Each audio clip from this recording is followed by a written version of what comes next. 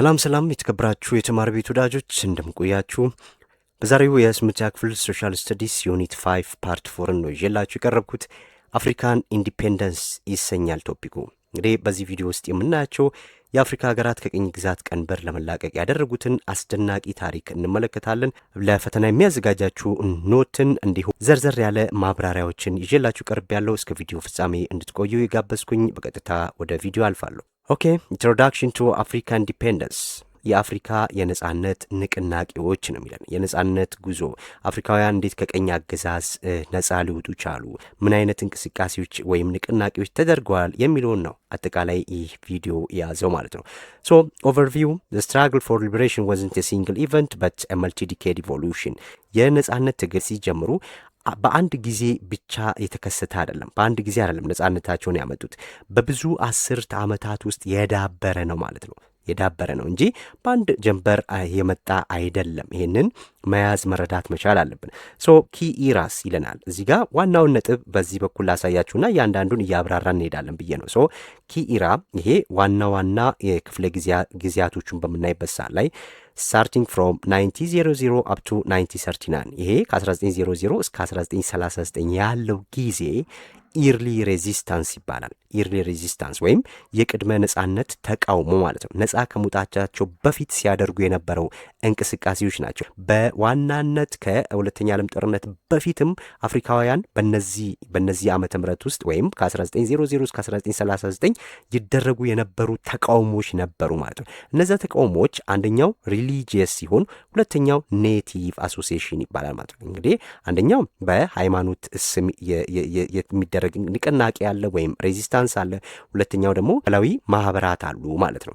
ሶ ከሁለተኛ ዓለም ጦርነት በኋላ the surge of modern national liberation movement ይሄ የዘመናዊ ብሔራዊ ነጻነት ንቅናቄዎች መነሳትን ነው እዚህ ጋር የሚያሳየን ማለት ነው። ስለዚህ እነዚህ ሁለት ነጥቦች በደንብ መረዳት መቻል አለባቸው። እያንዳንዱ ስናይ ኢርሊ ሬዚስታንስ 1900 up to 1939 እዚህ ላይ እንግዲህ እነዚህ የቅድመ ነጻነት እንቅስቃሴዎች ናቸው ብለናል። ቅድመ ነጻነት ያ ማለት ነጻ ከመሆናቸው በፊት ሲደረጉ የነበሩ ንቅናቄዎች ናቸው ማለት ነው። ሶ እዚህ ውስጥ ምንድነው በዋናነት የምናየው? ሁለት አይነት ንቅናቄዎች ናቸው የነበሩት ወይም ተቃውሞዎች ናቸው። አንደኛው ስፒሪቹዋል ኤንድ ሶሻል ፋውንዴሽን ኦፍ ሬዚስታንስ ይባላሉ። ይሄ እነዚህ ሁለቱ ማለት ነው። ይህ የቅድመ ነጻነት እንቅስቃሴ ወይም ከ1900 እስከ 1939 የተደረገው እንቅስቃሴ አፍሪካውያን በዚህ ወቅት የፖለቲካ ፓርቲዎችን በይፋ ማቋቋም ያልቻሉበት ወቅት ነበር ማለት ነው። ምክንያቱም እነዚህ የቀኝ ገዢዎች አይፈቅዱላቸውም ነበር። ስለዚህ ምንድነው ያደረጉት? በሃይማኖትና በማህበራት ስም የጀመሯቸው የትግል ስልቶች ናቸው ማለት ነው እነዚህ አያችሁ። ስለዚህ በይፋ ፖለቲካ ፓርቲ አቋቁሞ መቃወም ወይም ትግል ማድረግ አይችሉም። ስለዚህ ምን ያደረጉ? በሃይማኖት ስምና በማህበራት በማቋቋም ትግሎች የጀመሩበት እንቅስቃሴዎች ናቸው ማለት ነው እነዚህ። ሶ እያንዳንዱን ነጥብ በዝርዝር እንመልከተው። እንግዲህ ሃይማኖታዊ እንቅስቃሴ ስንል ሪሊጂየስ ሙቭመንት ይለናል አይደል? እዚህ ጋር ሪሊጂየስ እንቅስቃሴውን እንግዲህ ስናይ መጽሐፍ ቅዱስን ይዘው አፍሪካውያንን ከዚህ በፊት ምን ብለናል? ጀስዩትስ ኢየሱሳውያን ምንም ብለን ያልናቸው ፖይንቶች አሉ። እነዛ ሰዎች የፖለቲካ ዓላማ ነበራቸው። ቀኝ ግዛት ህዝቦችን ለመያዝ ለነጮች እንዲገዙ በመጽሐፍ ቅዱስ እያጣቀሱ ነበረ አፍሪካውያንን የሚሰብኩ የነበረው ማለት ነው። ስለዚህ እነዚህ አፍሪካውያን ምንድነው ያደረጉት? ይህንን ሃይማኖታዊ እንቅስቃሴ ለነጻነት መጠቀሚያ ነው ያደረጉት ማለት ነው። ለነጻነታቸው መጠቀሚያ ያደረጉት ሃይማኖታዊ እንቅስቃሴ ማለት ነው። ሶ አንደኛው እንቅስቃሴ የተደረገው የት ነው? የኪምባንጉይዝም የሚባለው እንቅስቃሴ ነው። በደንብ እየያዛችሁ ሂዱ እነዚህን መሰረታዊ ነጥቦች ማለት ነው። ኪምባንጉይዝም የሚባለው በ1921 የተደረገ ሙቭመንት ነው። የተደረገውም በኮንጎ ውስጥ ነው ማለት ነው። በኮንጎ ነው። ማን ላይ ነው ንቅናቄው የተደረገው? ቤልጅየሞች ላይ ነው።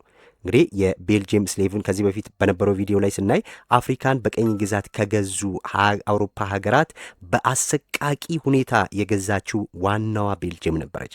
በሚሊዮን የሚቆጠሩ ኮንጎያውያንን ፈጅተዋል ማለት እርስ በርስ አጫርሰዋል፣ እነሱም ገለዋል። በሚሊዮን የሚቆጠር ነው እያልኳቸው ያሉት። ስለዚህ ቤልጅየሞች ላይ የተደረገ ንቅናቄ ማለት ነው። እንግዲህ ይህ ንቅናቄ እንዴት ተደረገ ስንል ሲሞን ኪምባንጉ በሚባል ግለሰብ የተመሰረተ እንቅስቃሴ ነው። እንጂ ለዛ ነው ኪምባንጉይዝም የተባለው ማለት ነው። ኪምባንጉ ይባላል ግለሰቡ። ስለዚህ በሱ መሪነት ነበር ይሄ እንቅስቃሴ ሲደረግ የነበረው። እንግዲህ ይህ ኪምባንጉ ምንድን ነበር ሲል የነበረው አምላክ አፍሪካውያንን ከነጭ አገዛዝ ነፃ ያወጣቸዋል እያለ ህብረተሰቡ ተስፋ እንዲያደርግ ይህንን መርህ ይዞ ይሰብካቸው ነበር ማለት ነው። ስለዚህ ይህንን አስተምሮት ያሰማ ነበር። ስለዚህ ይህ እንቅስቃሴ የሃይማኖት ነው የሚመስለው አይደለም፣ እንደ ስብከት ነው። ነገር ግን ዋናው ዓላማው ዋናው መልእክቱ የቤልጅየም ጭቆናና አገዛዝን መቃወም ነበር ማለት ነው። የስ ቤልጅየሞች ኮንጎያውያንን ካሳደሩባቸው ቀንበር ነፃ እንዲወጡ የስ የሚያደርጉት ንቅናቄ ነበር ማለት ነው። ስለዚህ ይህንን አዩና ቤልጅየሞችም የኪምባንጉን በቁጥጥር ስር አውለው የዕድሜ ልክ እስራት ነው የፈረዱበት ማለት ነው። ስለዚህ የዕድሜ ልክ እስራት ቢፈርዱበትም ኪምባንጉ ላይ ነገር ግን ቤልጅየሞች ወጣቶቹ የእሱን ዓላማ ይዘው ያ ንቅናቄን ማንቀሳቀስ ጀመሩ ማለት ነው። ስለዚህ ሪሊጂየስ ሙቭመንት አንድ ከቀኝ ግዛት አገዛዝ ወይም ከባርነት ቀንበር ነፃ ለመውጣት ሲደረግ የነበረ አንደኛው እንቅስቃሴ በኮንጎ የተደረገው በኪምባንጉይዝም የተባለው እንቅስቃሴ ነው ማለት ነው። በ1921 በሲሞን ኪምባንጉ የሚመራ የእንቅስቃሴ ነበር ማለት ነው። ሁለተኛው ዋች ታወር ሙቭመንት ተብሎ የሚባለው ነው። ዋች ታወር ሙቭመንት ይሄ ኒያስላንድ ይባላል። ይሄ ኒያስላንድ እንግዲህ እቺ ኒያስላንድ የአሁኗ ማላዊ ማለት ናት። ማላዊ የስ የአሁኗ ማላዊ ናት። እቺ ኒያስላንድ በወቅቱ ኒያስላንድ ተብላ የምትባለው ማለት ነው። የአሁኗ ማላዊ የምትባለው ሀገር ናት። እንግዲህ ዋች ታወር ምንድን ነው? ዋናው የዚህ ንቅናቄ ሀሳብ የንቅናቄ እንግዲህ የቅኝ ግዛት መንግስታት እንደ ሰይጣን ስራ ይመለከት የነበረ ሙቭመንት ነው። የነዚህን የቀኝ ገዢዎችን ስራ ሰይጣናዊ ስራ አድርገው ነበር የሚመለከቱት ማለት ነው። ስለዚህም የአውሮፓውያን አገዛዝ ያበቃል፣ የአፍሪካውያን መንግስት ይመሰረታል የሚል ትንቢት መሰል ትምህርት በማስተማር ህዝቡ ግብር እንዳይከፍል፣ ለቀኝ ገዢዎች እንዳይገዙ ያስተምሩ ወይም ያነሳሱ የነበረ እንቅስቃሴ ነው ማለት ነው። ዋች ታወር ሙቭመንት ተብሎ የሚባለው የት ነው ሲደረግ የነበረው? በወቅቱ ናያስላንድ ተብላ በምትባለው በአሁኗ ማላዊ ውስጥ ነበረ። ዋናው አስተምሮቱ አፍሪካውያን የራሳቸውን መንግስት ይገነባሉ፣ የአውሮፓውያን አገዛዝም ያበቃል የሚል ትንቢት መሰል መርህ ይዘው ሲደረግ የነበረ ነው። ሃይማኖት ስም የተቋቋመው ሁለተኛው እንቅስቃሴ ዋች ታወር ሙቭመንት የሚባለው ነው። ሶስተኛው ኢትዮጵያኒዝም የሚባለው ንቅናቄ ነው። አያችሁ፣ ያኩራል አይደል? በሀገራችን በኢትዮጵያ ስም ተመስርቶ የተቋቋመ የቤተ ክርስቲያን አለ። የት? ደቡብ አፍሪካ ውስጥ ማለት ነው። እንግዲህ ታሪኩን በምናይበት ሰዓት ላይ ይህ በጣም አስገራሚ ንቅናቄ ነው። በደንብ አስተውሉ። እንግዲህ እንደምናውቀው በ1888 ይሄ በእኛ አቆጣጠር ነው፣ ወይም በ1896 ማለት ነው በአውሮፓውያን አቆጣጠር። በዚህ ወቅት ጣሊያን ኢትዮጵያን ወራ በቀኝ ግዛት ለመያዝ ብዙ ሙከራ ያደረገችበት ጊዜ ነው አደለ? ነገር ግን በወቅቱ ከመላው ከአራቱም ማዕዘናት የኢትዮጵያ ልጆች አጥንታቸውን ከስክሰው ደማቸውን አፍሰው ሀገራችንን ነጻ አረጉ ማለት ነው፣ ጣሊያንን ገርፎ በማባረር። ስለዚህ ጣሊያን ተሸነፈች። ለመጀመሪያ ጊዜ ጥቁር ነጭን አሸነፈ ማለት ነው። ከዛስ በመላው ዓለም የሚገኙ ጥቁሮች እንዴት ማለት ጀመሩ። ለካ ጥቁር ነጭም ይሸነፋል የሚል ሐሳብ በውስጣቸው ሰረጸ ማለት ነው። ከዛ በኋላ የመጀመሪያዋ ደቡብ አፍሪካ በዚህ በአድዋ ድል ተነሳስታ ምን አረገች? በሀገሯ ላይ የቤተ ክርስቲያን መሰረተች። ኢትዮጵያኒዝም የስ ኢትዮጵያን ቸርች የሚል ቤተ ክርስቲያን መሰረተች። እንቅስቃሴውንም ኢትዮጵያኒዝም የሚል እንቅስቃሴ ጀመሩ ማለት ነው። አያችሁ። ስለዚህ ኢትዮጵያ ነጻ ከሆነች እኛም ነጻ መሆን እንችላለን የሚል ተስፋ አደረባቸው ማለት ነው። ስለዚህ ከነጮች ቁጥጥር ውጪ የሆኑ ቤተ ክርስቲያናትን መመስረት ጀመሩ፣ በራሳቸው የሚመራ ማለት ነው። የኢትዮጵያ ቤተ ክርስቲያናት ብለው ማለት ነው። ኢትዮጵያን ቸርችስ የሚባሉትን አቋቋሙ ማለት ነው። ደቡብ አፍሪካ ላይ ነው። ስለዚህ ስሙን የሚያገኙት ያው ከኢትዮጵያ ከእኛ ከሀገራችንን ተምሳሌት በማድረግ ነው። ከዚህ በፊት እንዳልኳችሁ ወደ 16-17 የሚጠጉ ሀገራት የአረንጓዴ ቢጫ ቀይን የነጻነት ተምሳሌት አድርገው ባንዲራቸው ላይ አስገብተዋል ማለት ነው። ስለዚህ የኢትዮጵያዊነት እንቅስቃሴም በደቡብ አፍሪካ ተጀመረ ማለት ነው። እነዚህ እንግዲህ ከሁለተኛው የዓለም ጦርነት በፊት በሃይማኖት ስም ሲደረጉ የነበሩ እንቅስቃሴዎች ናቸው ማለት ነው። ሌላው በትራዲሽናል ኦር ኔቲቭ አሶሲዬሽንስ ብለን የምንላቸው ናቸው።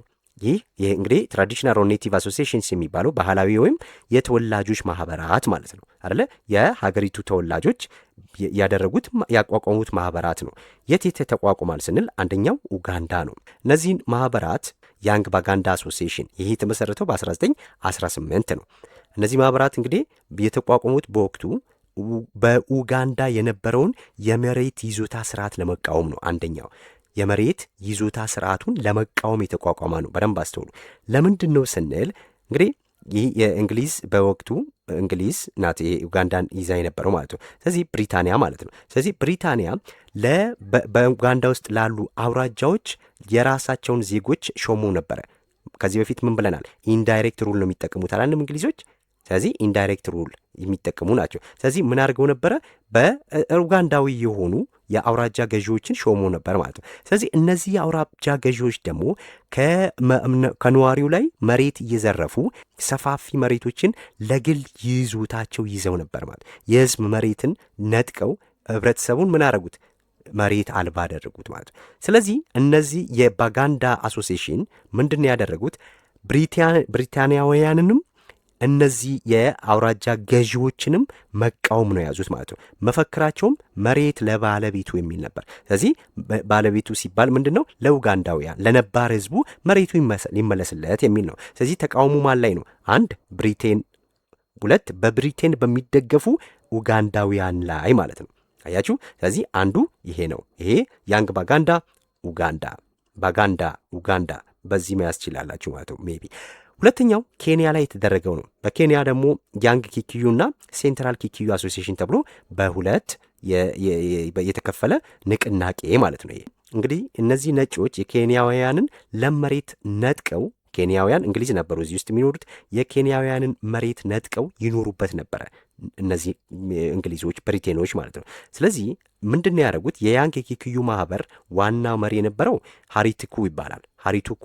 ስለዚህ ይህ ሃሪቱኩ በሱ መሪነት ተመስርቶ የመሬት ቅሚያን፣ መሬታችን ይመለስ፣ እንዲሁም የግዳጅ ስራን አጥብቆ ይቃወሙ ነበር ማለት ነው። ያንግ ኪኪዮች ይህንን ያደርጉ ነበር። ሁለተኛው ደግሞ የተመሰረተው ሴንትራል ኪኪዩ የሚባለው ነው። ይህ ማህበር ደግሞ ሲመራ የነበረው በጆሞ ኬንያታ ነው። ጆሞ ኬንያታን ታስታውሳላችሁ ብዬ አስባለሁ። ዘ ፋዘር ኦፍ ኬንያ ነው። ያ ማለት ኬንያን ነጻ ከወጣች በኋላ ለመጀመሪያ ጊዜ ፕሬዚዳንት የነበረው ማለት ነው።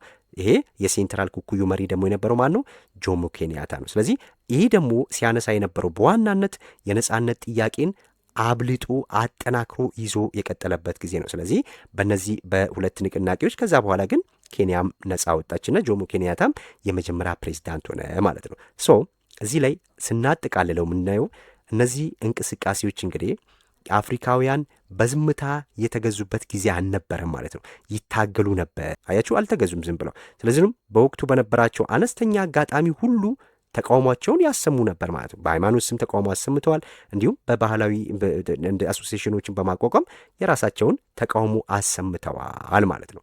ይሄ ከ1945 ወይም ከሁለተኛ ዓለም ጦርነት በፊት ሲደረጉ የነበሩ እንቅስቃሴዎች ናቸው ማለት ነው። ሌላኛው ነጥባችን ዘ ተርኒንግ ፖይንት ፖስት ወርልድ ዋር ሰከንድ ይለናል። ይሄ ደግሞ እያለን ያለው የለውጡ ወቅት ነው።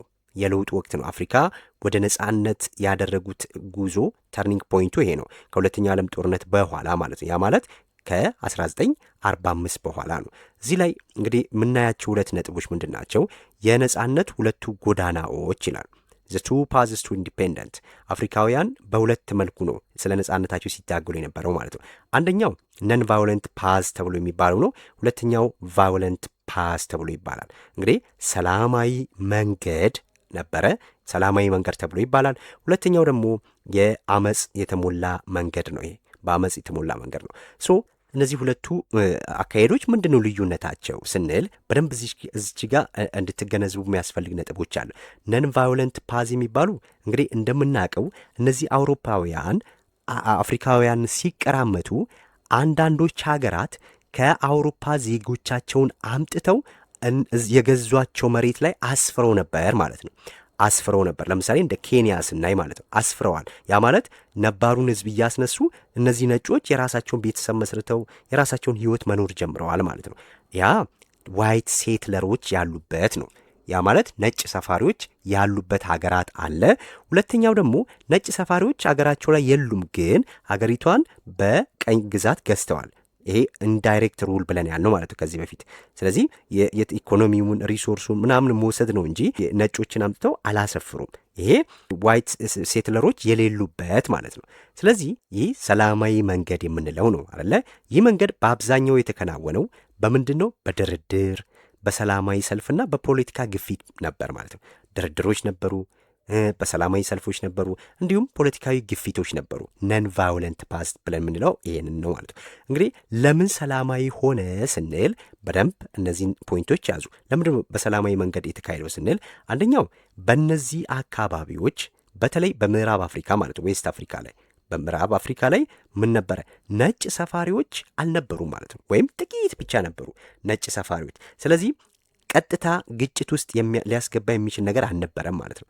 ስለዚህ ነጭ ሰፋሪዎች ወይም ዋይት ሴትለሮች አልነበሩም ወይም ጥቂት ነበሩ ማለት ነው። ስለዚህ አውሮፓውያን በእነዚህ ሀገራት የነበሩት በምን መልኩ ነው? ለንግድና ለአስተዳደር ብቻ እንጂ በቋሚነት ለመኖርና መሬት ለመውረስ አልነበረም ማለት ነው። የነጻነት ጥያቄው ሲበረታባቸው ምንድን ነው ያደረጉት? ስልጣኑን ለራሳቸው ለአፍሪካውያን አስረክበው መውጣቱን ለነሱ አዳጋች አልነበረም። ስልጣናቸውን ለአፍሪካውያን እየሰጡ የወጡበት ጊዜ ነው ይሄ። አያችሁ። ስለዚህ ለምንድን ነው ሰላማዊ የሆኑ ስትባሉ ዋይት ሴትለሮች ስለሌሉ ነው፣ ሴትለሮች ስለሌሉ ነው። የት ነበረ በዋናነት ነን ቫዮለንት ፓስ ሲደረግ የነበረው? ዌስት አፍሪካ። አያችሁ። እነዚህ ነገሮች በደንብ መያዝ አለብን ማለት ነው። ስለዚህ እዚህ ውስጥ የሚጠቀሱት ለምሳሌ እንደ ጋና ያው ጎልድ ኮስት ተብላ የምትባለው ነው በወቅቱ ጋና፣ እንደ ናይጄሪያ እነዚህና እንዲሁም የፈረንሳይ የምዕራብ አፍሪካ ግዛት ተብሎ የሚባሉት ማለት ለምሳሌ ሴኔጋል፣ አይቨር ኮስት እነዚህ የምዕራብ አፍሪካ ሀገራት ናቸው። ስለዚህ እነዚህ ነጻነታቸውን ያገኙት በምንድን ነው? ነን ቫዮለንት ፓዝ ነው ማለት ነው። ስለዚህ በሰላማዊ መንገድ ታግለው ነው ነጻነታቸውን ያገኙት። እንግዲህ እንደ አውሮፓውያን አቆጣጠር በ1960 ብቻ ምን ሆነ? 17 የአፍሪካ ሀገራት ነጻ ወጡ ማለት ነው። 17 የአፍሪካ ሀገራት ነጻ ወጥተዋል። አንድ የፍሬንች ኮሎኒዎች እንዳለ ነጻ ወጥተዋል። የእንግሊዝም ልክ እንደዚሁ እንደ ጋና፣ ናይጄሪያ እነዚህም ነጻ ወጥተዋል። አጠቃላይ 17 ሀገራት በነን ቫዮለንት በዚህ ወቅት ነጻ ወጥተዋል ማለት ነው። ለዛም ነው ይህ ወቅት የአፍሪካ ዓመት ተብሎ ይባላል ማለት ነው። 1960 የአፍሪካ ዓመት ተብሎ ይባላል። አብዛኞቹ የአፍሪካ ሀገራት ነጻ የወጡበት ጊዜ 1960 ስለሆነ ማለት ነው። አያችሁ። ስለዚህ ይህንን ቤዚክ ፖይንት መያዝ ይገባናል ማለት ነው። ሁለተኛው ደግሞ ቫዮለንት ፓዝ ብለን የምንለው ነው። ይሄ በአመፅ የተሞላ ነው። አመፅ የሞላበት መንገድ ነው ይሄኛው ማለት ነው። ሶ ይሄ ልክ ኦከርድ ኢን ሴትለር ኮሎኒስ አያችሁ ዌር ዩሮፒያን ሃድ ቢልድ ፐርማነንት ሆምስ ኤንድ ሪፊውዝ ቱ ሊቭ። በዚህ ምክንያት ነው አመፅ የተነሳው። ምንድን ነው ይሄ እያለን ያለው? በእነዚህ ሀገራት ነጻነት የተገኘው በረጅም ዓመታት ጦርነትና ከፍተኛ የሰው ህይወት መስዋዕትነት ነው። እንዳትረሱ ይሄን ቫዮለንት ፓዝ የሆነው ማለት ነው። ስለዚህ ለምንድን ነው አመፅ የተነሳው ስንል በእነዚህ ሀገራት ወይም ለእነዚህ ሀገራት ጦርነት ውስጥ መግባት ዋነኛው ምክንያት ነጭ ሰፋሪዎች ነበሩ ማለት ነው። ነጭ ሰፋሪዎች ናቸው። አያችሁ። ለምሳሌ በኬንያ፣ በአልጄሪያ፣ በዚምባብዌ እንዲሁም በፖርቹጋል ቀኝ ከገዛቻቸው አገራት ውስጥ ብዙ ቁጥር ያላቸው አውሮፓውያን በቋሚነት እነዚህ ሀገራት ሰፍረው ነበር ማለት ነው። ኬንያ ለምሳሌ አብዛኞቹ መሬታቸውን ነጥቀው ነጮች ሰፍረዋል። በአልጄሪያ፣ በዚምባብዌ በእነዚህ ሀገራት ውስጥ ነጮች ቤተሰብ መስርተው መሬቱን ወርሰው ይኖሩ ነበር ማለት ነው። አያችሁ። ስለዚህ እነዚህ ሰፋሪዎች ሀገራቸውን ጥለው እንዲወጡ እነዚህ ጥቁሮች በሚጠይቁበት ሰዓት ላይ ግጭት ውስጥ ገብተዋል ማለት ነው። ስለዚህ ስልጣን ለአፍሪካውያን እንዲሰጥ መሬታቸው እንዲመለስ የሚል ጥያቄ በሰላማዊ መንገድ ለመቀበል ፈቃደኛ ስላልነበሩ ወደ ጦርነት ውስጥ ተገብቷል ማለት ነው። ስለዚህ በዛም በጣም ብዙ ደም መፋሰስ ተካሂዷል። እዚህ ጋር ጦርነት ውስጥ ያልተገባው ለምንድን ነው? መሬታቸውን የነጥቃቸው የለም፣ ሊዋጉት የሚችሉት ኃይል የለም። ስለዚህ አስተዳደራዊ ብቻ ነበረ። ነጮቹም ለጥቁሮች ስልጣን እየሰጡ ጥለው ወጥተዋል ማለት ነው። እዚህ ጋር ግን ነዋሪ ናቸው። ፐርማነንት ሆም ነበራቸው እዛ ላይ። ስለዚህ ለመልቀቅ ያንን መሬት አልቻሉም፣ እምቢ አሉ፣ አሻፈረኝ አሉ። ስለዚህ ብዙ ጦርነቶች ተዳርገዋል ማለት ነው። እነዚህ ነገሮች መገንዘብ እጅግ በጣም ያስፈልጋል ማለት ነው። ሁለቱ መንገዶች እነዚህ ናቸው። ሌላኛው ፖስት ወርልድ ዋር ቱ ሬዚስታንስ ምንለው ነው። ቫዮለንት ፓዝ ብለን በደንብ ይብራራል እዚህ ጋር ማለት ነው። እንግዲህ እዚህ ላይ የምናያቸው ነጥቦች ሉክ ሬዚስታንስ ማን ነበር መሪዎቻቸው የሚለውን ነው እዚህ ላይ የምናየው ማለት ነው። ቫዮለንት ፓዙ ላይ እነማን ነበሩ ሲመሩ የነበሩት? ሬዚስታንስ አፍተር ወርልድ ዋር ቱ ዘ ቫዮለንት ፓዝ በሁለተኛው ዓለም ጦርነት በኋላ ሲደረግ የነበረው ተቃውሞን ነው እዚህ ጋር የሚያሳየን ማለት ነው። ኦከርድ ኢን ኮሎኒስ ዊዝ ላርጅ ፖፑሌሽን ኦፍ ዋይት ሴትለርስ ቅድም እንዳልኳችሁ ነው። ይሄኛው የተካሄደው ብዙ ነጭ ሰፋሪዎች በነበረባቸው አካባቢዎች ላይ ነው ማለት ነው። ለምሳሌ የፍሬንች ኮሎኒ ማየት እንችላለን። እዚህ ጋር የፈረንሳይ ኮሎኒ ማለት ነው። ፈረንሳዮች አልጄሪያን ለምሳሌ የፈረንሳይ ቀኝ ገዢዎች ናቸው። ስለዚህ አልጄሪያ ላይ አብዛኞቹ ነጭ ሰፋሪዎች ነበሩ ማለት ነው አያችሁ። ስለዚህ አልጄሪያ ኢንዲፔንደንቷን ያገኘችው በ1962 ነው። 1962 ላይ ሙሉ በሙሉ ነፃ ወጥታለች። ይህ ግን ነፃ ስትወጣ በጣም ብዙ ጦርነቶችና ሞቶች ተካሂደዋል ማለት ነው። ሶ አፍተር ኤ ብሩታል ዋር ይለናል አይደል እዚህ ጋር። ስለዚህ አልጄሪያ ነፃ የወጣችው ከፈረንሳይ ቀኝ አገዛዝ በቫዮለንት ፓዝ ነው፣ ወይም እጅግ በጣም ደም አፋሳሽ ጦርነት ተደርጎ ነው ማለት ነው። 1962 አልጄሪያ ነፃ እንድትወጣ ትግሉን ሲመራ የነበረው ማን ነው? አህመድ ቤንቤላ ይባላል። እነዚህ ልትጠይቁ ይችላላችሁ። ባይዞ አህመድ ቤንቤላ አልጄሪያ። በዚህ መያዝ ትችላላችሁ። ሁለተኛው ከፖርቹጋል ኮሎኒስ ነፃ የወጣችው ሞዛምቢክ ናት። በዚህ በቫዮለንት ፓዝ ሁለተኛዋ ነፃ የወጣችው ሀገር ሞዛምቢክ ናት። እሷም ሞዛምቢክም ነፃነቷን ያገኘችው በ1975 ነው። ሞዛምቢክ ነፃነቷን ያገኘችው በ1975 ነው። እንግዲህ ከማን ነው ነፃ የወጣችው? ከፖርቹጊስ ማለት ነው። ስለዚህ ይህንን ትግል ይመራ የነበረው ሳሞራ ማሼል ነው። ሳሞራ ማሼል ይባላል ማለት ነው። ሳሞራ ማሼል ይህንን የሞዛምቢክን የነፃነት ትግል ሲመራ የነበረው መሪ ነበር ማለት ነው። ሌላው ደግሞ አንጎላን ነው ማንሳት የምንችለው ማለት ነው። አንጎላ ደግሞ ነፃ የወጣችው ሉክ ኢንዲፔንደንት ኖቨምበር 1975 ሌድ ባይ አጎስቲኖ ኔቶ በሚባል ሰው ነው። አጎስቲኖ ኔቶ። አንጎላም የፖርቹጋል ቀኝ ግዛት ናት። እዚህ ላይ ፈተና ላይ ከምትጠይቁት ነገሮች አንድ የሰዎች የመሪዎቹን ስም ልትጠይቁ ይችላላችሁ፣ ወይም የትኛው አውሮፓ ሀገር የትኛውን የአፍሪካ ሀገር ይዟል የሚለውን ልትጠይቁ ይችላላችሁ። በብዛት ዓመተ ምህረት አይጠይቋችሁም በዚህ ሌቭል ላይ። ስለዚህ እነዚህን ለመያዝ መሞከር መቻል አለባችሁ ማለት ነው። ትልልቅ ደም አፋሳሽ ጦርነቶች ተደርገው ነፃ የወጡ ሀገራት እነዚህ ናቸው ማለት ነው። እነዚህ እንግዲህ ከፈረንሳይና ከፖርቹጋል ነፃ የወጡ ሀገራት ናቸው። ሉክ እዚህ ጋር ቫዮለንስ ስትራግል ፎር ሶቨርኒቲ ለነፃነት የተደረገውን በአጭሩ እዚህ ጋር በደንብ እንድታዩ ያስችላቸዋል። ሪጅን፣ ኮሎኒያል ፓወር፣ ሊደር፣ አውትካም። ይሄ ፈተና ላይ ስታጠኑ በቀላሉ እንድትረዱ ያስችላቸዋል። ለምሳሌ አልጄሪያን ስታነሱ ቀኝ የገዛቻት ፈረንሳይ ነበረች። የአልጄሪያ ነፃ እንድትወጣ ያስቻለው መሪ አህመድ ቤንቤላ ነበረ። መቼ ነው ቀኝ ማነው ነፃ የሆነችው? ከ1962 በጣም ደም አፋሳሽ ጦርነት ተደርጎ ማለት ነው። ሁለተኛው ሞዛምቢክ ከማን ነው ነፃ ወጣችው? ከፖርቹጋል። ማን ነበር ሞዛምቢክን ሲመራ የነበረው? ሳሞራ ማሼል። መቼ ነው ነፃ ወጣች? 1975። አንጎላ የፖርቹጋል ቀኝ ግዛት ናት። አጎስቲኖ ኔቶ ነበረ 1975። ስለዚህ አንጎላና ሞዛምቢክ በተመሳሳይ ዓመተ ምህረት ነው ነፃ የወጡት ማለት ነው። ኬንያ ብሪቴን እንግሊዝ ነበረች ስትመራ የነበረችው። የኬንያ ዋናው ቅድም ሴንትራል ኪኪዩ ብለን መሪው የነበረው ጆሞ ኬንያታ ይባላል በ1963 ማለት ነው። እነዚህ አፍሪካ ነፃ እንድትወጣ መስዋዕትነት የከፈሉ መሪዎች ናቸው። ሉክ ብሪቲሽ ኮሎኒዎች ናቸው። እነዚህ ደግሞ ከእንግሊዝ የቀኝ አገዛዝ ነፃ የወጡ ናቸው። በደንብ እዚህ ጋር ተመልከቱ። ዌስት አፍሪካን ሰክሰስ ኤንድ ዘ ራይዝ ኦፍ ፓን አፍሪካኒዝም፣ የምዕራብ አፍሪካን ስኬትና የፓን አፍሪካኒዝም እንቅስቃሴ ማለት ነው። እዚህ ላይ በደንብ መገንዘብ መቻል አለብን። ፓን አፍሪካኒዝም ማለት ምን ማለት ነው? እንግዲህ ፓን አፍሪካኒዝምን እዚች ጋር ባጭሩ ላስረዳችሁ።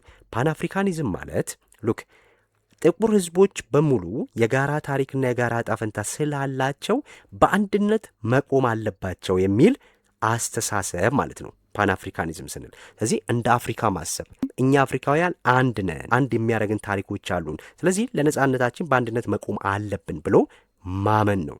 ይሄ የዚህ ሀሳብ ጀማሪዎች ንኩርማ ናቸው፣ ኬንያታ እና ኃይለ ሥላሴ እነዚህ የሚጠቀሱ ናቸው። ስለዚህ ዓላማው ምን ነበረ? ፓን አፍሪካኒዝም ስንል አፍሪካን ከቅኝ ግዛት አገዛዝ ነፃ ማውጣትና በኢኮኖሚ ሆነ በፖለቲካ የዳበረች አህጉር መፍጠር ነው የፓን አፍሪካኒዝም ዋናው ሀሳብ ማለት ነው። ይህ የፓን አፍሪካኒዝም ውጤቱ ምን ሆነ ስንል ለዚህ አስተሳሰብ መጎልበት እንደነ ንኩርማ ቅድም እንዳልኳችሁ እና አዚኪዌ እነ ኬንያታ እና ኃይለ ሥላሴ ትልልቅ ሚና ይጫወታሉ ማለት ነው። ስለዚህ በዚህ እንቅስቃሴ ውስጥ በ1963 እንደ አውሮፓውያን አቆጣጠር ማለት ነው የአፍሪካ አንድነት ድርጅት ወይም ኦኤዩ አዲስ አበባ ላይ እንዲመሰረት መሰረት ሆኗል ማለት ነው።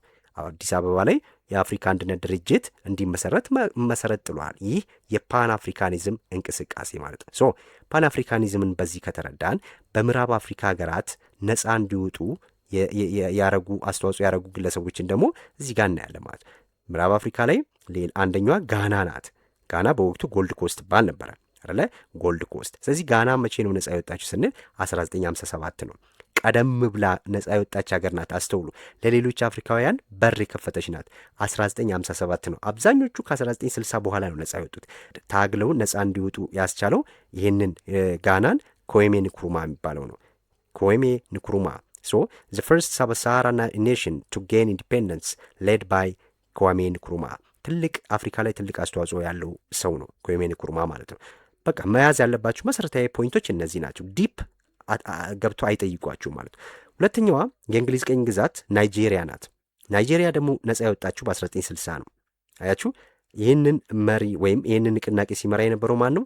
ናማዲ አዚኪዌ ይባላል ማለት ነው። ሌድ ባይ ናማዲ አዚኪዌ በ1960 ናይጄሪያ ከእንግሊዝ ቀኝ ግዛት ወጣች ማለት ነው። ኬንያ ቅድም አሳይቻቸዋለሁ በ1963 ሌድ ባይ ጆሞ ኬንያታ። ስለዚህ እንግሊዝ ቀኝ የተገዛቸው የነበሩ ሀገራት እነዚህ ነበሩ። እነዚህ ደግሞ ነጻነታቸውን ያገኙት በእነዚህ ዓመተ ምህረት ነው። የሚመሯቸው ግለሰቦች ደግሞ ንቅናቄውን እነዚህ ሶስቱ ናቸው ማለት ነው። ይህን በደንብ ለመያዝ ሞክሩ። ፈተና ላይ የምትጠይቁት እነዚህን ፖይንቶች ስለሆነ ነው እዚህ ጋር በአጭሩ ያቀርብኩላችሁ ማለት ነው። ሌላኛው ነጥባችን ግሎባል ፋክተርስ ፎር ሰክሰስ፣ አፍሪካውያን ነጻ እንዲወጡ የረዱ ዓለም አቀፍ ምክንያቶችን ነው እዚህ ጋር የምናየው ማለት ነው። ዓለም አቀፍ ምክንያቶች ምን ነበሩ? አፍሪካዎች ነጻ እንዲወጡ ያስቻሉ። ዋይ ዲድ ኢንዲፔንደንስ ሃፕን ዜን፣ ነጻነት ለምን በዚያ ወቅት ተከሰተ? አብዛኞቹ አፍሪካ ሀገሮች ለምን በ60ዎች ውስጥ ነጻ ወጡ ስንል የምናስቀምጣቸው ምክንያቶች እዚህ ጋር የተዘረዘሩት ናቸው ማለት ነው። በደንብ እነዚህን ፖይንቶች ለመረዳት ሞክሩ። ሉክ ዘ ፈርስት ዋን ኢዝ ዘ ወርልድ ዋርስ አለ። እንግዲህ የዓለም ጦርነቶች አለ። የዓለም ጦርነቶች ምንድን ነው አስተዋጽኦ ለአፍሪካውያን ነጻ መውጣት ስንል አፍሪካንስ ፎት ኢን ዘ ወርልድ ዋር ሰከንድ ኤንድ ሪተርንድ ሆም ዲማንዲንግ ዘ ሴም ራይትስ ዜን ፎት ፎር ኢን ዩሮፒያን። ያችሁ እያለን ያለው ምንድን ነው? እዚህ ጋር እንግዲህ አፍሪካውያን በሁለተኛው የዓለም ጦርነት ላይ ተዋግተዋል። እንዴት ተዋጉ? አፍሪካ በሁለተኛው የዓለም ጦርነት ላይ እንዴት ተሳተፉ ስንል ቀኝ ገዢዎችን ደግፈው ነው የተዋጉት። ደግፈው ሲባል በኃይል ማለት ነው። ለምሳሌ እንግሊዝ ቀኝ የገዛቻቸው ሀገራት ውስጥ ያሉ ወጣቶችን በሁለተኛው የዓለም ጦርነት ላይ አሰማርታቸዋለች ማለት ነው። አፍሪካውያን በግዴታ ጦርነት ውስጥ ገብተው ዘምተዋል ማለት ነው፣ ተዋግተዋል። ሌሎቹም ልክ እንደዚህ ፈረንሳይም በዛው መልክ አሰልፋቸዋለች ማለት ነው አፍሪካውያን። ዜን ያ ጦርነት ተደርጎ ወደ ቤታቸው ሲመለሱ ብዙ ነገሮችን አካብተዋል ማለት ነው አይደለ? ብዙ ነገሮችን አካብተዋል። እንግዲህ እዚህ ውስጥ ምን ነገሮች ይመጣሉ? አንድ የንቃተ ህሊና ለውጥ አለ። የንቃተ ህሊና ለውጥ ሲባል ምንድን ነው? አውሮፓውያን በጦርነቱ ሲሸነፉ አይተዋል አይደለ? ሲሸነፉ፣ ሲፈሩ፣ ሲሞቱ አይተዋል። ስለዚህ አውሮፓውያን የማይሸነፉ ልዩ ፍጡራን ናቸው የሚለውን አፈ ታሪክ ፈረሰ ማለት ነው። ለምሳሌ እንግሊዝ የምትመራቸው ሀገሮች አሸናፊ ናቸው። ፈረንሳይም አሸናፊ ናቸው። አላይድ ግሩፕ ናቸው አይደለ? እነ ጀርመን እነ ኢታሊ ሲሸነፉ አይተዋል ማለት ነው። እነዚህ አፍሪካውያን ተሳትፈው እነዛን እንደሚያሸንፉ አምነዋል ማለት ነው። ስለዚህ ወደ ሀገራቸው ሲመለሱ ተመሳሳይ ነገር ሀገራቸው ላይ ለማድረግ ወሰኑ ማለት ነው። በገዢዎቻቸው ላይ ተቃውሞ ማሰማትን፣ ምክንያቱም ነጭ እንደሚሸነፍ ስላመኑ ማለት ነው። ሁለተኛውም ከዛ በኋላ የመብት ጥያቄዎችን አንስተዋል። እዚሁ ላይ ወርልድ ዋር ስናያቸው ማለት ነው። ወታደሮቹ ወደ ሀገራቸው ሲመለሱ በአውሮፓ ለሌሎች ነጻነት ስንዋጋ ከቆየን ለምን በገዛ ሀገራችን በባርነት እንኖራለን የሚል ጥያቄ ማንሳት ጀመሩ ማለት ነው። ለሌሎች ነጻነት ታግለን አሸንፈናል፣ ስለዚህ ሀገራችንን ደግሞ ነጻ መውጣት ለምን አንችልም የሚል ጥያቄ አነሱ ማለት ነው። ሌላኛው ይሄ ነው፣ የመብት ጥያቄ ማንሳታቸው ነው። ሶስተኛው ወታደራዊ ልምድ አካብተዋል አይደለ? ወርልድ ዋር ሰከንድ ላይ እንግዲህ ጦርነቱ አፍሪካውያን የጦር መሳሪያ አጠቃቀምን፣ ድርጅታዊ ስልቶችን፣ አመራርን እነዚህ መሰረታዊ የሚባሉ ነገሮችን አውቀዋል፣ ተረድተዋል ማለት ነው። ስለዚህ ወደ ሀገራቸው ከመጡ በኋላ እነዚህ ልምዶች እነዚህን የነጭ ወራሪ ወይም ገዢዎችን እንዲፋለሙ አስችሏቸዋል ማለት ነው። ወርልድ ዋርስ በተለይም የሁለተኛው የዓለም ጦርነት ማለት ነው። ሁለተኛው ግፊት ደግሞ የዓለም አቀፍ ተጽዕኖ አፍሪካውያን ነጻ እንዲወጡ ያስቻሉ ምንድን ነው? ኢንተርናሽናል ፕሬዠር ነው። እዚህ ጋር ምንድን ነው የሚለን? ዘ ዩኤንስ ስታንድስ አጌንስት ኮሎኒያሊዝም ኤንድ ኢንፍሉዌንስ ፍሮም ዘ ዩኤስኤ ኤንድ ዩኤስኤስአር ኮልድ ዋር ፕሮፓጋንዳ። ምንድን ነው እዚህ ጋር በዋናነት ሊለን የፈለገው? እንግዲህ የዓለም አቀፍ ግፊት ስንል ወይም ኢንተርናሽናል ፕሬዠር በሁለት መልኩ ማየት እንችላለን እዚህ ላይ። አንደኛው ዩናይትድ ኔሽን ማለት ነው አይደለ? ስለዚህ የተባበሩ መንግስታት ድርጅቱ በወቅቱ ምን አድርጓል? ድርጅቱ ዩኤን የምንለው ነው። በቻርተሩ ላይ ማንኛውም ህዝብ የራሱን እድል በራሱ የመወሰን መብት አለው ይላል። ይሄ ዩኤን የተቋቋመው እንግዲህ 1948 ነው እንደሚታወቀው። ከሁለተኛ ዓለም ጦርነት በኋላ የተቋቋመው ይሄ ነው። ከአንደኛ ዓለም ጦርነት በኋላ የተቋቋመው ሊግ ኦፍ ኔሽን ነበረ አይደለ? እሱ ውስጥ አሜሪካ ስለሌለች ያን ፈረሰና በሁለተኛው ዓለም ጦርነት በኋላ ደግሞ ዩኤንን አቋቋሙ ማለት ነው። ዋናዋ አሜሪካ ሆና እዚህ ቻርተር ውስጥ እንግዲህ ምን አካተዋል? ማንኛውም ህዝብ የራሱን ዕድል በራስ የመወሰን መብት አለው የሚል መሪ አጸደቁ ማለት ነው። ስለዚህ ይህ ሲጸድቅ ቅኝ አገዛዝ ህገወጥ ሆነ ማለት ነው። በዚህ ምክንያቱም ማንኛውም ህዝብ የራሱን ዕድል በራስ መወሰን መብት አለው ከተባለ እኔን ሊመራኝ የሚችል ነጭ መኖር የለበትም የሚል ጥያቄ በጥቁሮች ውስጥ መፈጠር ጀመረ። ስለዚህ ቀኝ ግዛት ህገ ወጥ አደረገው ማለት ነው። ይሄ ትልቅ አስተዋጽኦ አድርጓል ማለት ነው፣ ቀኝ ግዛትን ጥለው እንዲወጡ። ሁለተኛው ደግሞ ምንድን ነው? ይህ ኮልድ ዋር ብለምንለው ነው፣ የቀዝቃዛው ጦርነት። እንግዲህ ቀዝቃዛው ጦርነት በአሜሪካና ራሽያ መካከል ሲደረግ የነበረ ፍትጊያ ነው አለ። ስለዚህ አሜሪካንና ሶቪየት ህብረት በወቅቱ ኤስኤስአር የምትባለው ማለት ነው። ስለዚህ በዓለም ላይ የበላይ ለመሆን ሲፎካከሩ የነበረበት ጊዜ ነው አለ። ስለዚህ የአውሮፓ ሀገራት ደግሞ ለምሳሌ እንደ ብሪታንያ፣ እንደ ፈረንሳይ እነዚህ የነበራቸውን የቅኝ ግዛት ኃይል እንዲያጡ ይፈልጉ ነበረ። እነማ አሜሪካንም ዩኤስኤስአርም። ለምን? የበላይ ሆኖ ለመውጣት ሲሞክሩ የነበሩት እነዚህ ናቸው፣ ዓለም ላይ የበላይ ለመሆን። ስለዚህ ሌሎች ሀገራት ቀኝ መግዛታቸው የበላይ እንዲሆኑ ያስችላቸዋል፣ እነ እንግሊዝን፣ እነ ፈረንሳይ ምናምን። ስለዚህ እነዚህ ሀገራት የነበራቸውን የቅኝ ግዛት ኃይል እንዲያጡ ይፈልጉ ነበረ። ሶቪየት ህብረት ደግሞ የነጻነት ንቅናቄዎችን ምን ታደረግ ነበር? በገንዘብና በጦር መሳሪያ መርዳት ጀመረች ማለት ነው። አፍሪካውያንን በገንዘብና በጦር መሳሪያ እየረዳች ነጻነታችሁን አቀጣጥሉ እያለች ትረዳ ነበር ማለት ነው። በዚህ ምክንያት የዓለም አቀፍ ተጽዕኖ ለአፍሪካውያን ረድተዋል ማለት ነው። ሁለተኛው የዓለም አቀፍ ተጽዕኖ ይሄ ነው፣ ግሎባል ፋክተር ፎር ሰክሰስ የምንለው ኢንተርናሽናል ፕሬዠር ማለት ነው። በደንብ እየተረዳችሁ ሄዲሆን። ሶስተኛው ኤዥያን ኢንፍሉዌንስ ነው፣ የእስያውያን ተጽዕኖ ማለት ነው። ኤዥያን ኢንፍሉዌንስ ላይ እዚህ ላይ ምን ይላል? ሰክሰስ ኦፍ ኢንዲፔንደንስ ሙቭመንት ኢን ኢንዲያ ኤንድ ቬትናም። እንግዲህ ቬትናምም ህንድም ለነጻነታቸው ታግለው ነጻ ወጥቷል። ስለዚህ ህንድን በምናይበት ሰዓት ላይ ህንድ ለምሳሌ በ1947 ነው ነጻ የወጣችው፣ ቀድማ ማለት ነው። ስለዚህ በህንድ ከብሪታንያ ቀንበር ነጻ መውጣቷ ብሪታንያን ማሸነፍ እንደሚቻል ሌሎች አመኑ ማለት ነው። ኦኬ ብሪታንያን ለካ ማሸነፍ ይቻላል። እንግዲህ ወደ 350 ዓመታት ምናምን ነው ህንድን የገዛችው ማለት ነው ብሪታንያ። ስለዚህ ከተሸነፋ ስትወጣ እንደ ማህተማ ጋንዲ ያሉ መሪዎች የተከተሉ የትግል ስልት ለአፍሪካ መሪዎችም ምን ሆነ? አርአያ ሆነ ማለት ነው። ሰላማዊ ትግል ነው ማህተማ ጋንዲ ያደረገው፣ ያለ ደም መፋሰስ እንግሊዝ ነጻ እንድትወጣ ሰላማዊ ተቃውሞ፣ ሰላማዊ ትግሎችን አድማ በማድረግ ነበረ ከእንግሊዝ ቀንበር ነጻ የወጡት ማለት ነው። ስለዚህ የእሱ የማህተማ ጋንዲ ስትራቴጂ ለሌሎች አፍሪካውያንም ምሳሌ ሆነዋል ማለት ነው። ተግባራዊ አድርገዋል። ነን ቫዮለንስ ሙቭመንት ሲያካሂዱ አንዱ መርህ ያደረጉት የእሱን ነበር ማለት ነው። ይሄኛው ሌላኛው የቀኝ ግዛት ነጻ የወጡበት ማለት ነው። አራተኛው ቼንጂንግ አቲቲዩድስ፣ ይሄ ደግሞ የዓለም አመለካከት መቀየር ነው። የዓለም አመለካከት መቀየር ምን ይለናል? ግሎባል ሺፍት ኢን ሞራሊቲ ሪጋርዲንግ ኮሎኒያል ኤክስፕሎይቴሽን።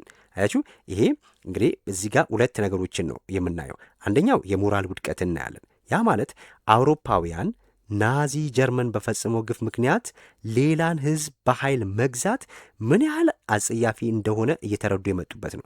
ናዚ እንግዲህ ሂትለር ዓለም ላይ ታይቶ የማይታወቅ ግፍ ሰርቷል አደለ? በተለይም በአይሁዳውያን ላይ።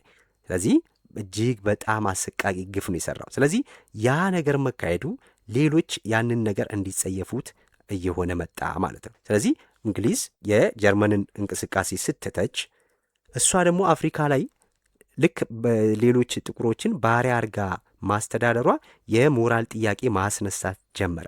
ስለዚህም ያንን ነገር እየቀረፉ መጡ። የዓለም አቀፍ የሞራል እሳቤ እየተቀየረ መምጣቱ ይህም አስተዋጽኦ ሆኗል ማለት ነው። ስለዚህ እነዚህ ነገሮች ሁሉ የዓለም አቀፍ ተጽዕኖዎች ናቸው። ስለዚህ እናንተ ስትይዙ እነዚህን ፖይንቱን በደንብ ለመረዳት መሞከር አለባችሁ ማለት ነው። ወርልድ ዋርስ፣ ኢንተርናሽናል ፕሬዠር፣ ኤዥያን ኢንፍሉዌንስ፣ ቼንጂንግ አቲቲዩድ። ስለዚህ ውስጥ ያሉትን ኮንሰፕቶችም በደንብ ለመረዳት ሞክሩ። እሺ እንግዲህ ይህ የመጨረሻችን ፖይንት፣ የዚህ ቪዲዮ የመጨረሻ ፖይንታችን ይሄ ነው ማለት ነው። እንግዲህ እስካሁን ያለውን በደንብ ተረድታችኋል ብዬ አስባለሁ። ያልገባችሁ ነገር ካለ እንዲጨመር በደንብ እንዲብራራ የምትፈልጉት ነገር ካለ ሀሳብ አስተያየታችሁን በኮሜንት አስቀምጡልኝ። ይህ ቪዲዮ ከተመቻችሁ ላይክ አድርጉ፣ ለሌሎች እንዲደርስም ትብብር አድርጉ፣ ለሌሎች እንዲደርስም ሼር አድርጉ። አዳዲስ ሆናችሁም ሰብስክራይብ በማድረግ ይህን ቤተሰብ ተቀላቀሉ። በቀጣይ ሌላውን ክፍል ይዤላችሁ እመጣለሁ። እስካሁን ስለነበረን ቆይታ ከልብ አመሰግናለሁ። ባይ ባይ።